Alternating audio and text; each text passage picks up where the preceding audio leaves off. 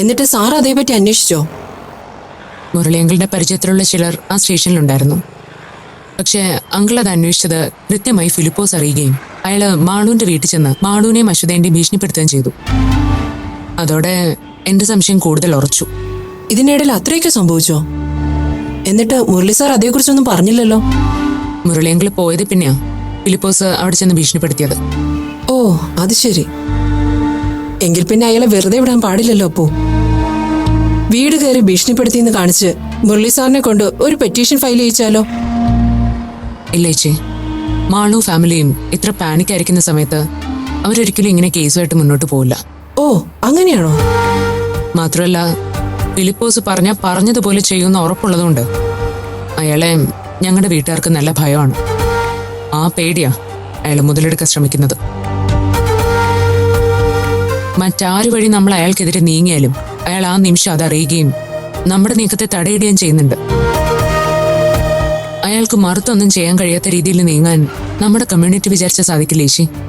അപ്പോ എന്താ ഉദ്ദേശിക്കുന്നത്? ട്രാൻസ് കമ്മ്യൂണിറ്റിയിൽപ്പെട്ട ഒരാളെ അപായപ്പെടുത്തി കൊന്നതാണെന്ന് നമുക്ക് സംശയമുണ്ടെന്ന് കാണിച്ച് ഒരു മാസ് പെറ്റീഷൻ ക്യാമ്പയിൻ വല്ലതും തുടങ്ങാൻ പറ്റുമെന്ന് അറിയാനാ ഞാൻ ചേച്ചിയെ കാണണമെന്ന് പറഞ്ഞത്. യെസ്, അതൊരു നല്ല ഐഡിയ ആണ്. അപ്പോ നമ്മുടെ കമ്മ്യൂണിറ്റിപ്പെട്ട ഒരാളുടെ മരണത്തിന്റെ പിന്നിലെ ദുരൂഹത മാറ്റേണ്ടത് നമ്മുടെയും കൂടെ ഉത്തരവാദിത്വമാണ്. നമ്മൾ ഒറ്റക്കെട്ടായി മുന്നിട്ടിറങ്ങിയ ഒരു ഫിലിപ്പോസിനും ഒരു ചുക്കും ചെയ്യാൻ പറ്റില്ല. Social welfare minister Arundhati teacher ഈ കാര്യത്തിൽ നമുക്ക് നല്ല സപ്പോർട്ട് തരുന്ന ആളാ. 1-2 കേസുമായി ബന്ധപ്പെട്ട് ടീച്ചറിനെ എനിക്ക് അത്യാവശ്യം പരിചയമുണ്ട്. അതുമാത്രമല്ല, ടീച്ചറിന്റെ PS ഗോപൻ ചേട്ടൻ എന്റെ അടുത്ത സുഹൃത്തുമാണ്. നമുക്ക് ആ വഴിക്ക് തന്നെ നീങ്ങാം. അഥവാ അപ്പു സംശയിക്കുന്ന പോലെ അയാൾക്ക് ഇതിന്റെ പിന്നിൽ പങ്കുണ്ടെങ്കിൽ ഉറപ്പായി അയാളെ നമ്മൾ പൂട്ടിയിരിക്കും. ഒരു കാര്യം ചെയ്യാം, ട്രാൻസ് കമ്മ്യൂണിറ്റിയുടെ വകയായി കൊടുക്കുന്ന പെറ്റീഷൻ കൂടാതെ അപ്പുവിന്റെ ഒരു പേഴ്സണൽ പെറ്റീഷൻ കൂടി കൊടുക്കാം. ഞാൻ എന്ത് പറഞ്ഞ പെറ്റീഷൻ കൊടുക്കുക? അപ്പു കല്യാണം കഴിക്കാനിരുന്ന കുട്ടിയല്ലേ കൊല്ലപ്പെട്ടത്, ആ കാര്യം കൂടി അതിൽ സൂചിപ്പിക്കാം. ഫിലിപ്പോസിന്റെ ഇഷ്യൂസ് ഒന്നും ഞാൻ നന്ന സാറിനോട് പറഞ്ഞിട്ടില്ല. ആള് മെന്റലി ഇപ്പോഴും ഡിപ്രസ്ഡ് ആണ്. കുറച്ചുകൂടി ഓക്കെ ആയിട്ട് സൂചിപ്പിക്കാന്ന് കരുതി. അത് മതി. അതിനിടയിൽ ഞാനിത് നമ്മുടെ ഫ്രെറ്റേണിറ്റിയിൽ അവതരിപ്പിക്കാം. സമഗ്രമായ അന്വേഷണം ആവശ്യപ്പെട്ട് ഒരു റെസൊല്യൂഷൻ പാസ്സാക്കി എടുക്കണം ആദ്യം. അത് കഴിഞ്ഞ് നമുക്ക് ടീച്ചറെ നേരിൽ കണ്ട് പെറ്റീഷൻ കൈമാറാം. അതിനിടയിൽ അപ്പു ഈ കാര്യം ആ കുട്ടിയുടെ ബ്രദറിനോട് സൂചിപ്പിക്കാൻ പറ്റുമെങ്കിൽ ഒന്ന് സൂചിപ്പിച്ചേക്ക്. അത് ഞാൻ ചെയ്യാം. ഞാനെന്തായാലും ഇന്ന് ദക്ഷ മേഡത്തെ വിളിച്ച് ഈ കാര്യം സൂചിപ്പിച്ചേക്കാം. അപ്പുവിനെ ദക്ഷ മേഡത്തിന് നല്ല പരിചയമുണ്ടല്ലോ. ഞാനും വിളിക്കാം. ഇത്ര പെട്ടെന്ന് കാര്യങ്ങൾ ഇങ്ങനെ പോസിറ്റീവായി മാറുമെന്ന് ഒട്ടും പ്രതീക്ഷിച്ചില്ല. താങ്ക്സ് അമലേച്ചി. താങ്ക്സ് ഒന്നും വേണ്ട. ഇതിപ്പോ നമ്മുടെ കമ്മ്യൂണിറ്റിയുടെ ഒരു പ്രശ്നമല്ലേ. നമ്മൾ മുന്നിട്ടിറങ്ങും. അപ്പു, നമ്മളിൽ ഒരാളുടെ ജീവൻ എടുത്തവൻ ഇനി എത്ര വമ്പനാണെങ്കിലും അയാളെ നമ്മൾ നിയമത്തിന് മുന്നിൽ കൊണ്ടുവരും.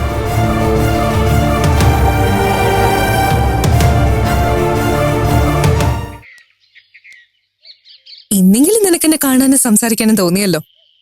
ഒരുപാട് നന്ദിയുണ്ട്. എന്തിനാ താൻ കാണണമെന്ന് പറഞ്ഞത്? എന്തെങ്കിലും പറയാനായിരുന്നെങ്കിൽ ഹോസ്പിറ്റലിൽ വെച്ചാവായിരുന്നില്ലേ? ഹോസ്പിറ്റലിൽ വെച്ച് സംസാരിക്കാൻ നിനക്ക് പേടിയാണല്ലോ, അതുകൊണ്ടാ ഞാൻ പുറത്ത് വെച്ച് കാണാന്ന് പറഞ്ഞത്. പക്ഷെ അപ്പോഴും നീ വരുമെന്ന് എനിക്ക് ഉറപ്പൊന്നുമില്ലായിരുന്നു. കുറച്ചു നേരം കാത്തിരുന്നിട്ട് നിരാശയോടെ മടങ്ങി പോവേണ്ടി വരുമെന്ന് വിചാരിച്ചിരുന്നതാ ഞാൻ. അലീന ഇപ്പോഴും കാര്യം എന്താന്ന് പറഞ്ഞില്ല. നീ എന്തെങ്കിലും ഫോർമുല സംസാരിക്കുന്നത്? അല്ലാതെ നിനക്ക് എന്നോടൊന്നും ചോദിക്കാനും പറയാനും ഇല്ലേ ജോബിൻ? ഞാനും ഹിമയും വാടക വീട്ടിലേക്ക് താമസം മാറിയപ്പോ വെറുതെ ഒരു ചടങ്ങിന് വേണ്ടിയെങ്കിലും നീ അവിടെ വരുമെന്ന് ഞാൻ വിചാരിച്ചു. ഹിമയോട് അതിനെക്കുറിച്ച് സൂചിപ്പിക്കുകയും ചെയ്തു. പക്ഷെ അവളുടെ മുന്നിൽ ഞാൻ വല്ലാതെ ചെറുതായിപ്പോയി. നീ ആ ഏരിയയിലൊട്ടുന്ന് തിരിഞ്ഞു നോക്കിയത് പോലുമില്ല. വരണമെന്ന് വിചാരിച്ചതാ അലീന, പിന്നെ അത് വേണ്ടെന്ന് വെച്ചു. വെറുതെ മറ്റുള്ളവർക്ക് സംശയിക്കാൻ നമ്മളായിട്ട് അവസരം കൊടുക്കുന്ന എന്തിനാണെന്ന് കരുതി. ആരാടാ ഈ മറ്റുള്ളവര്? മാളുവോ അതോ നിന്റെ മമ്മിയോ? മാളു നിന്നോടുള്ള പൊസസീവ്നെസ് കൊണ്ടാണ് ഇങ്ങനെയൊക്കെ ചിന്തിക്കുന്നതെന്ന് വെക്കാം.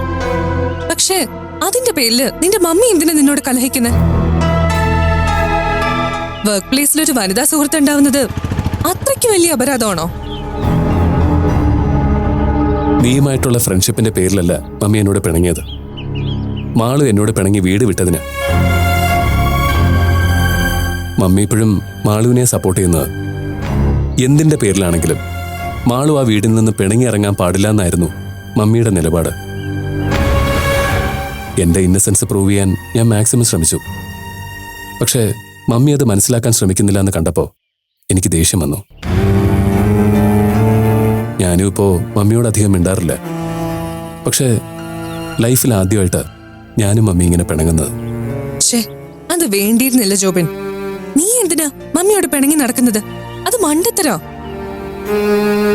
മമ്മിയെ കാര്യങ്ങൾ പറഞ്ഞ് മനസ്സിലാക്കി കൂടെ നിർത്താനാ നീ ശ്രമിക്കേണ്ടത്. അതിനൊക്കെ ഞാൻ ശ്രമിച്ചതാ അലീന. പക്ഷെ ഞാൻ പറഞ്ഞല്ലോ, ആരെന്തൊക്കെ പറഞ്ഞാലും സ്വന്തം നിലപാടിൽ നിന്ന് മമ്മി ഒരിക്കലും മാറാറില്ല. അപ്പൊ മമ്മിയുമായുള്ള നിന്റെ പിണക്കം കണ്ടിന്യൂ ചെയ്യാനാണോ നിന്റെ ഉദ്ദേശം? അത് മണ്ടത്തരമാണ് ജോബിൻ. ഞാൻ പിന്നെ എന്ത് വേണം? മമ്മിയായിട്ട് ഇങ്ങനെ പിണങ്ങി നടക്കുന്നത് എനിക്കും വിഷമമുള്ള കാര്യമാണ്. പക്ഷേ മാളുവിന് വേണ്ടി വാദിക്കുമ്പോ ഞാൻ എങ്ങനെയാ? മാളുവിന് വേണ്ടി വാദിക്കുന്ന അതേ മമ്മിയെ കൊണ്ട് നിന്റെ ഭാഗത്ത് തെറ്റൊന്നുമില്ലെന്ന് പറയിക്കണം. അവിടെയാണ് നിന്റെ മെടുക്ക്. ഏതായാലും നീ ഒരു കാര്യം ചെയ്യും, മമ്മിയോടുള്ള പിണക്കം മാറ്റ്. നീ അങ്ങോട്ടൊരു കോംപ്രമൈസിന് ശ്രമിച്ചോ, ഉറപ്പായിട്ടും മമ്മി ഇതിന് വഴങ്ങുന്നു തന്നെ എനിക്ക് തോന്നുന്നത്. എന്താ, ശ്രമിക്കില്ലേ? ആ, ശ്രമിച്ചു നോക്കാം. നോക്കിയാ പോരാ, അത് നടക്കണം. ഞാനാ പറയുന്നത്. അപ്പോ നീ ഇന്ന് എന്റെ കൊട്ടാരത്തിലേക്ക് വരാ? ഞാൻ വരാം ലീന, ഉടനെ തന്നെ വരാം. എങ്കി ഇപ്പൊ വാടാ. ഈ സമയത്താവുമ്പോ ഹിമ ഉണ്ടാവില്ല. ആരെയും പേടിക്കാതെ നമുക്ക് അവിടെ കുറച്ചു നേരം സ്പെൻഡ് ചെയ്യാം. മനസ്സ് തുറന്നെന്ന് സംസാരിക്കാം. വേണ്ട, ഇന്നിനി വേണ്ട. ഞാൻ പോവാ. വേറൊന്നുമില്ലല്ലോ? ഒന്നുമില്ലെന്ന് പറഞ്ഞാ അത് കള്ളമാകും ജോബിൻ. എനിക്ക് നിന്നെ വല്ലാതെ മിസ് ചെയ്യുന്നുണ്ട്. ഹോസ്പിറ്റലിൽ വെച്ച് കാണുമ്പോഴൊക്കെ ഓടി അടുത്ത് വരാനും നിന്നോട് എന്തെങ്കിലുമൊക്കെ സംസാരിക്കാനും മനസ്സ് വല്ലാതെ ആഗ്രഹിച്ചു പോകുന്നു. പക്ഷെ അടുത്ത് വന്നാ നീ എന്നെ ഇഗ്നോർ ചെയ്യാന്നുള്ള പേടികൊണ്ടാ അതിനെ ശ്രമിക്കാത്ത. കുറച്ച് നാളുകൂടെ ഇങ്ങനെ പോട്ടെ ലീന, എല്ലാം ഒന്ന് സ്വസ്ഥമാവട്ടെ. എന്നാ ശരി, ബൈ.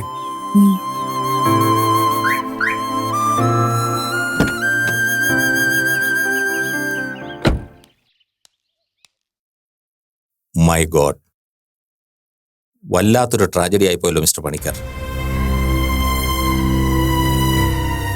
ആക്ച്വലി ഞാൻ ഈ ന്യൂസ് ശ്രദ്ധിച്ചിരുന്നു. പക്ഷെ മരിച്ചുപോയ കുട്ടി അപ്പുവുമായി കമ്മിറ്റഡ് ആണെന്ന് ഞാൻ അറിഞ്ഞിരുന്നില്ല. അപ്പുവിൻ്റെ അവസ്ഥ എന്താ? അപ്പോൾ ഇപ്പോഴും അതിൻ്റെ ഒരു ഷോക്കിലാണ് ഡോക്ടർ. ടോട്ടലി ബ്ലാങ്ക് ആണെന്ന് തന്നെ പറയാം. അതും കൂടി ഡോക്ടറോടൊന്ന് സൂചിപ്പിക്കാനാണ് ഞാൻ വന്നത്. അത് തികച്ചും സ്വാഭാവികമാണ് മിസ്റ്റർ പണിക്കർ. സ്വന്തം കമ്മ്യൂണിറ്റിയിൽ നിന്ന് തന്നെ മനസ്സിനിണങ്ങിയ ഒരു കുട്ടിയെ കണ്ടെത്തുക, അതുമായി ഒരു റിലേഷൻ കമ്മിറ്റ് ചെയ്യുക, പിന്നെ ആ ബന്ധത്തെപ്പറ്റി വീട്ടുകാരെ പറഞ്ഞ് കൺവിൻസ് ചെയ്യിപ്പിക്കുക, ഇതൊക്കെ ട്രാൻസ് കമ്മ്യൂണിറ്റിയിൽപ്പെട്ട ഒരു വ്യക്തിയെ സംബന്ധിച്ചിടത്തോളം ഒരു ടാസ്ക് തന്നെയാണെന്ന് പറയാം. അപ്പുവിനെ സംബന്ധിച്ചിടത്തോളം ഇതൊക്കെ വളരെ ഭംഗിയായി ഫിനിഷ് ചെയ്ത് ആശ്വാസത്തോടെ ഇരിക്കുന്ന ഒരു സമയം. അതും പോരാഞ്ഞ് എൻഗേജ്മെന്റിന് വിരലിലെണ്ണാവുന്ന ദിവസങ്ങൾ മാത്രം ബാക്കിയുള്ളപ്പോഴാണ് ഈ ട്രാജഡി സംഭവിക്കുന്നത്. സാധാരണ ഒരു വ്യക്തിയുടെ ജീവിതത്തിൽ തന്നെ ഇത്തരമൊരു ദുരന്തം സൃഷ്ടിക്കുന്ന ശൂന്യതയെപ്പറ്റി ഒന്ന് ചിന്തിച്ചു നോക്കൂ. അതിലും എത്രയോ ഇരട്ടിയാവും വളരെ സെൻസിറ്റീവായ ഈ കമ്മ്യൂണിറ്റിയിൽ സംഭവിക്കുന്ന ഇതുപോലുള്ള ട്രാജഡികളുടെ കാര്യം. അവർ പിന്നെ റിയാലിറ്റിയുമായി പൊരുത്തപ്പെടാൻ ഒരുപാട് സമയമെടുത്തെന്നിരിക്കും. ഇപ്പൊ അപ്പുവിന്റെ കാര്യത്തിലും അതന്നെ ഡോക്ടർ സംഭവിക്കുന്നത്. സ്വന്തം കാര്യത്തിൽ പോലും അപ്പു വല്ലാതെ ആബ്സെന്റ് മൈൻഡഡ് ആവുന്നുണ്ട്. ഇപ്പോ ട്രീറ്റ്മെന്റിന്റെ കാര്യം തന്നെ ആകെ മറന്ന മട്ടാണ്. നമ്മളായിട്ട് അങ്ങോട്ട് ഓർമ്മിപ്പിച്ചാൽ പോലും അതിന് താല്പര്യമില്ലാത്തൊരവസ്ഥ. അതിൽ അത്ഭുതപ്പെടാനൊന്നുമില്ല. ഞാൻ പറഞ്ഞല്ലോ, അത്തരമൊരു ഡ്രാമയിലൂടെയാണ് അപ്പു ഇപ്പൊ കടന്നു പോകുന്നത്.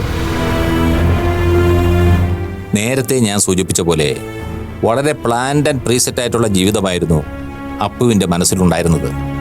മനസ്സിനിണങ്ങിയ കുട്ടിയെ ഇരു വീട്ടുകാരുടെയും സമ്മതത്തോടെ വിവാഹം കഴിക്കുക, പരസ്പരം മനസ്സിലാക്കുന്ന രണ്ട് വ്യക്തികൾ, സന്തോഷകരമായ ജീവിതം. അങ്ങനെ ഒരിക്കൽ താൻ സ്ട്രഗിൾ ചെയ്തതിനെല്ലാം ഭാവിയിൽ നല്ല റിസൾട്ട് ഉണ്ടാവാൻ പോകുന്നു എന്ന സന്തോഷത്തിലായിരുന്നു കുറച്ചു നാളായിട്ട് അപ്പു. പ്രതീക്ഷയുടെയും സന്തോഷത്തിന്റെയും ആ ദീപമാണ് തീർത്തും പ്രതീക്ഷിക്കാത്ത ഒരു കാറ്റിൽ കെട്ടുപോയത്. ആ ഇരുട്ട് അവരുടെ മനസ്സിനെ വല്ലാതെ ഭയപ്പെടുത്തുകയും ഡിപ്രസ്ഡ് ആക്കുകയും ചെയ്യും.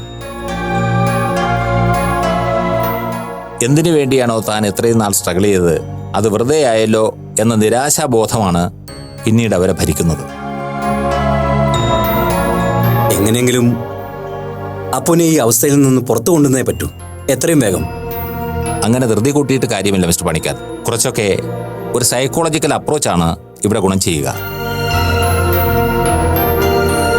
നഷ്ടബോധത്തിന്റെ ഇരുട്ടിൽ ഒറ്റപ്പെട്ട് നിൽക്കുന്ന ഒരാളെ നിർബന്ധിച്ചൊരു വെളിച്ചത്തിലേക്ക് കൈപിടിച്ചു കൊണ്ടുവരാൻ ശ്രമിച്ചാൽ അത് ഗുണത്തെക്കാളേറെ ദോഷമാവും ചെയ്യുക. കൂടുതലും ആ ഇരുട്ടിൽ അവർ കംഫർട്ടബിൾ ആവാനാവും ശ്രമിക്കുക. എന്നാൽ ബുദ്ധിപൂർവം അപ്പുറത്തുള്ള വെളിച്ചത്തെക്കുറിച്ച് അവരെ പറഞ്ഞ് മനസ്സിലാക്കുക. ആദ്യമൊക്കെ അതുമായി അവർ പൊരുത്തപ്പെടണമെന്നില്ല.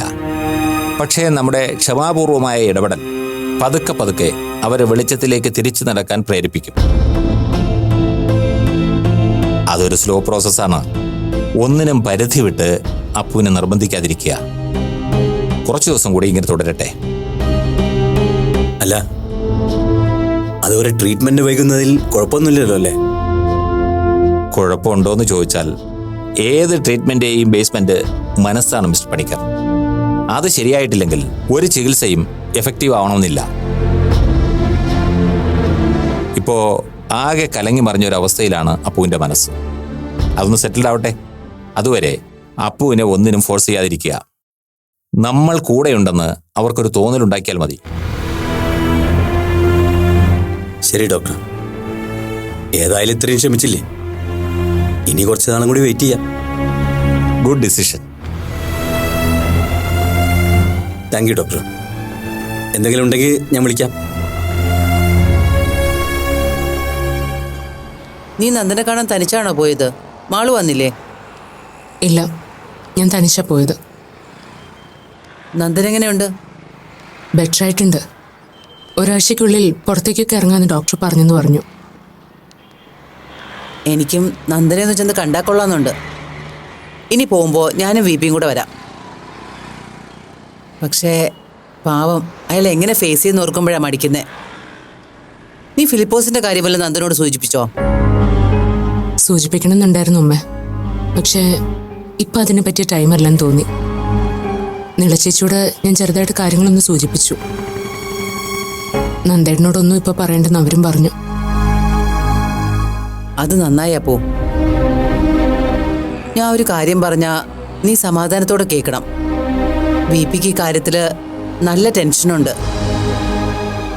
അതുകൊണ്ട് വെറുതെ ഇതിന്റെ പിന്നാലേക്ക് പോയി ആവശ്യമില്ലാത്ത പൊല്ലാപ്പ് പിടിക്കണോ അപ്പൂ? അമ്മ കൂടി ഇങ്ങനെ പറയുന്ന കേൾക്കുമ്പോൾ എനിക്ക് ശരിക്കും സങ്കടമുണ്ട്.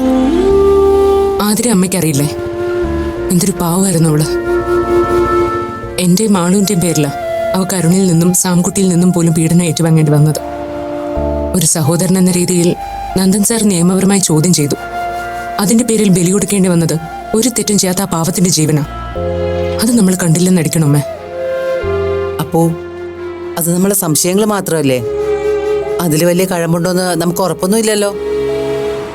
ഉറപ്പുണ്ടമ്മേ. അയാൾ എന്നെയും മാളുവിനെയും കുറിച്ച് വൃത്തിയായിട്ട കഥകൾ പ്രചരിപ്പിച്ച അതേ ലാഘവത്തോടുകൂടി തന്നെയാവും നന്ദൻ സാറിനെ ഇല്ലാതാക്കാൻ ശ്രമിച്ചത്. പക്ഷെ ആ കെണിയിൽ വീണുപോയത് ആതിരയാ. അവളുടെ ജീവന് നമ്മൾ ഒരു വിലയും കൊടുക്കണ്ടെന്നാണോ അമ്മ പറയുന്നത്? ആ മരണത്തിന് ഫിലിപ്പോസ് ഉത്തരവാദിയാണെങ്കിൽ അയാൾ ശിക്ഷിക്കപ്പെടുക തന്നെ വേണം. അങ്ങനെയെങ്കിലും ആതിരയോട് നമുക്ക് നീതി പുലർത്തണ്ടേ അമ്മ? എനിക്കറിയില്ല അപ്പൂ. അതിന്റെ പേരിൽ നിനക്കോ നമുക്ക് വേണ്ടപ്പെട്ടവർക്കോ ഒന്നും സംഭവിക്കാൻ പാടില്ല. അത്രേ എനിക്കും വീപ്പിക്കൊക്കെ ആഗ്രഹമുള്ളൂ. ഇല്ലമ്മേ, ഒന്നും സംഭവിക്കില്ല. പക്ഷേ അത് പേടിച്ച് നമ്മൾ പ്രതികരിക്കാതിരിക്കുന്നത് ഭീരത്വമാണ്. BP ഇന്ന് ഡോക്ടർ അരവിന്ദനെ കാണാൻ പോയിട്ടുണ്ട്.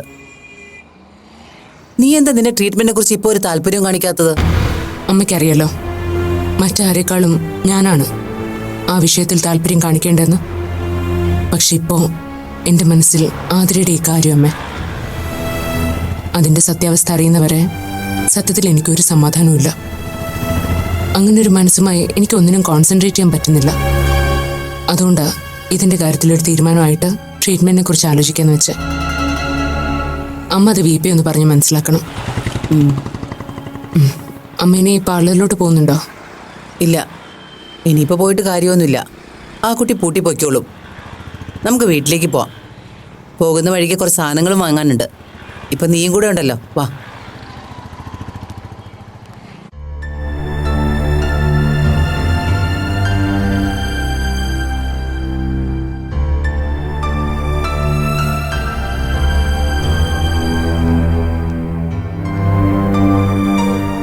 അച്ഛൻ നിന്നെ വിളിച്ചിരുന്നു മാളു? ഇന്നലെ രാത്രി വിളിച്ചതാ. എന്താ അമ്മേ? കുറച്ചു മുമ്പ് എന്നെ വിളിച്ചിരുന്നു. നിന്റെ കാര്യം ചോദിച്ചു. നീ ഇന്നെങ്ങാനും തിരിച്ചു പോകുന്നുണ്ടോന്ന് ചോദിച്ചു. അമ്മ എന്തു പറഞ്ഞു? ഞാനെന്ത് പറയാനാ? നിന്നോട് ചോദിച്ചിട്ട് പറയാന്ന് പറഞ്ഞു. അതിനെക്കുറിച്ച് വല്ലതും നീ സീരിയസ് ആയിട്ട് ആലോചിക്കുന്നുണ്ടോ മാളു? ഞാനിവിടെ കണ്ടിന്യൂ ചെയ്യുന്നതിൽ അമ്മയ്ക്ക് എന്തെങ്കിലും ബുദ്ധിമുട്ടുണ്ടോ? അതെന്ത് ചോദ്യം മാളു? നിനക്ക് എത്ര നാള് വേണമെങ്കിലും ഇവിടെ നിൽക്കാം. പക്ഷേ ജോബിന്റെയും ഡേസി ടീച്ചറിന്റെ സമ്മതത്തോടു കൂടിയാണെങ്കിൽ എനിക്കതിൽ സന്തോഷമേ ഉള്ളൂ. ഡോക്ടറും ഡേസിന്റെ ഒക്കെ സമ്മതിച്ചിട്ട് തന്നെയാ ഞാനിവിടെ നിൽക്കുന്നത്. അങ്ങനെയല്ല ഞാൻ ഉദ്ദേശിച്ചത്. എന്തുകൊണ്ടാ നിനക്കിപ്പോ ഇവിടെ വന്ന് നിൽക്കേണ്ടി വന്നതെന്ന് നമുക്ക് എല്ലാവർക്കും അറിയാം. ആ പ്രശ്നത്തിന് എത്രയും പെട്ടെന്നൊരു പരിഹാരം ഉണ്ടാവണ്ടേ മാളു? അതാ ഞാൻ ഉദ്ദേശിച്ചത്. പരിഹാരം ഉണ്ടാവണമെന്ന് എനിക്കും ആഗ്രഹമുണ്ടമ്മേ. പക്ഷെ അത് മറ്റുള്ളവരെ ബോധിപ്പിക്കാൻ വേണ്ടിയുള്ള പരിഹാരം ആകരുതെന്ന് എനിക്ക് നിർബന്ധമുണ്ട്. ആ രീതിയിലൊരു കോംപ്രമൈസിൽ എത്തണമെങ്കിൽ ഞാൻ മാത്രം വിചാരിച്ച പോരാ, ഡോക്ടർ അതിന് മനസ്സ് വെക്കണം. നീ ഈ പറയുന്നതിനോട് ഞാനും യോജിക്കുന്നു. പക്ഷേ രണ്ടു കൂട്ടരും ഇങ്ങനെ വാശി പിടിച്ചു നിന്നാ... അമ്മേ, ഞാൻ ഇവിടെ വന്നപ്പോ മുതല് അമ്മ ഇത് തന്നെയാ പറയുന്നത്, ഞാൻ വാശി പിടിച്ച് അവിടെ നിന്ന് ഇറങ്ങിപ്പോന്നാണെന്ന്. യഥാർത്ഥത്തിൽ എനിക്ക് എന്തുകൊണ്ടാണ് അങ്ങനെ ഒരു നിലപാട് എടുക്കേണ്ടി വന്നതെന്ന് എന്നാൽ കഴിയുന്ന വിധം ഞാൻ അമ്മയെ കൺവിൻസ് ചെയ്യാൻ നോക്കി. ഇതിൽ വാശിയുടെ പ്രശ്നമൊന്നും ഇല്ലമ്മേ, നിലപാടിന്റെ പ്രശ്നം. ഞാനൊരിക്കലും ഡോക്ടറെ അധിക്ഷേപിച്ച് സംസാരിച്ചിട്ടില്ല. പക്ഷെ എന്നെ മറ്റൊരാളുമായി, അതും ഒപ്പം ജോലി ചെയ്യുന്ന ഒരു സ്ത്രീയായിട്ട് കമ്പയർ ചെയ്യാൻ ശ്രമിച്ചു.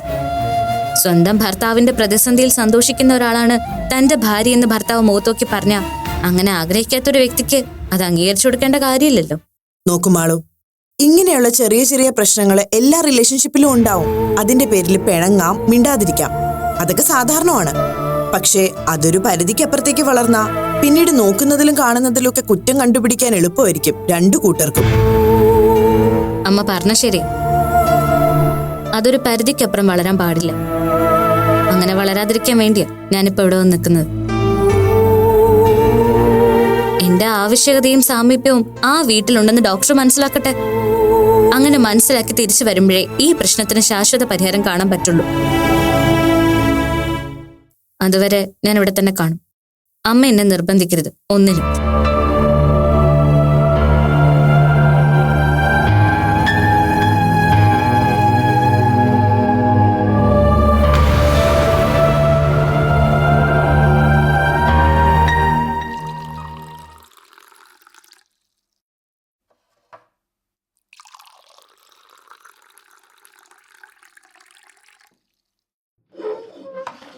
അപ്പൂന് കൊടുത്തോ ബിപി?